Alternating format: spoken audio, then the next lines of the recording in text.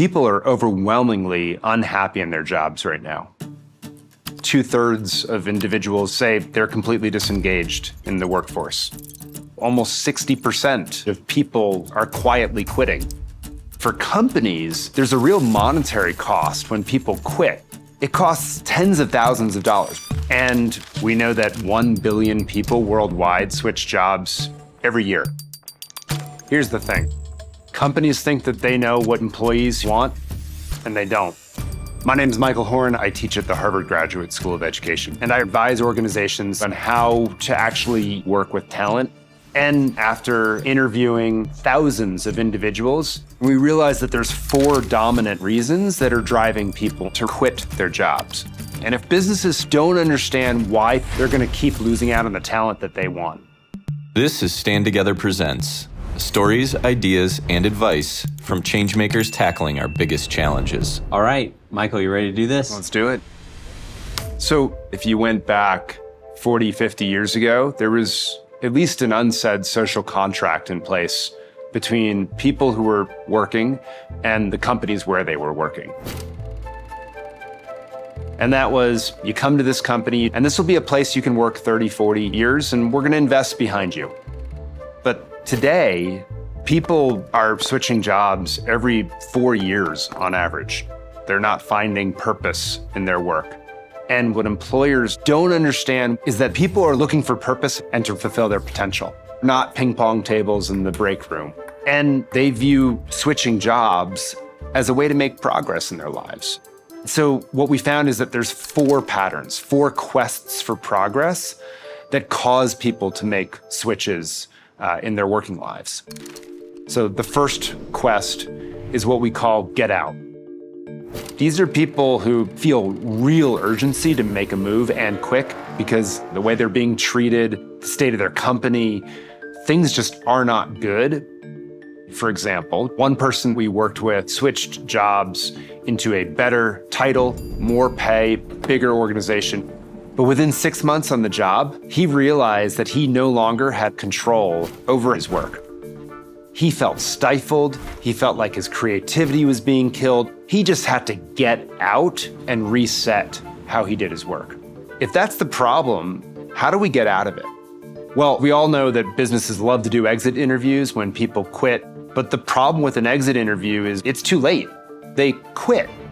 And so a critical step to fixing this is ask them on the way in. Why do they choose to work at your company?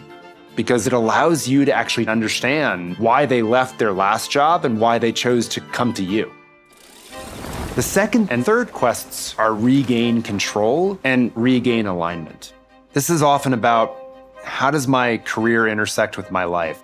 This is the person who maybe they have kids at home and they say, I don't want to be at the beck and call of that manager that says, you've got to work this shift or you got to show up at this meeting right now. And so those people often are saying, I've got to regain control. I want to reassert how I do my work, when I do my work, where I do my work, so that it better integrates with all of my life. And you compare that to people who are saying, I've got to regain alignment. People on the third quest for progress feel misused, like Clara, who we coached. She was in a physical therapy role, doing work that was impactful for the patients that she was supporting. But she really wanted to be on the cutting edge of the research and a little bit closer to the discovery of things around medicine as well. And so these people, when that happens, they're seeking to regain alignment with the capabilities that they want to develop and the things that they want to be known for. And so our suggestion to better support people on these quests is to develop a shadow job description. Don't focus on all the laundry lists of buzzwords and skills and experiences that you think people ought to have. But instead, just write down in plain English, what does someone do on a week-to-week basis in this job? Do they actually want to do the sort of things that you are going to have them do? And if they line up, chances are you've got the right talent for the right role. The final quest for progress that you need to understand is what we call take the next step.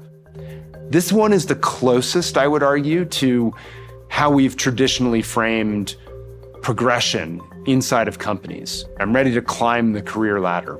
We've had the review, I did great, and it's promotion time. And if I don't get that promotion, I'm going to switch to another place.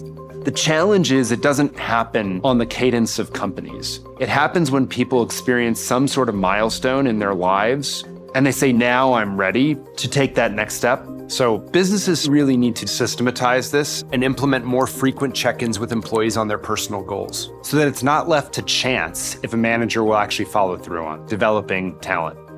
If we make that the new normal, it'll be a heck of a lot easier to actually have companies that are responsive to how people are living their lives and what progress looks like for them. If businesses do this well, if they lean in and really understand the 4 quests, they start crafting roles and career plans that match the skills and capabilities of their employees, as opposed to the career ladders and org charts, people will be finding the right next job far more often than they do today. And they'll be productive much more quickly and for much longer periods of time in your organization. And wouldn't you want to be known as a place where employees can live their full lives and be their most productive selves and do purposeful work and want to come back here? Because places like that, they thrive in the market and they have great reputations for being great places to work, and that attracts the kind of talent you want in your organization. Stand Together partners with changemakers tackling our biggest challenges. To see more stories, follow our channels. And to learn more about how you can partner with us, go to standtogether.org.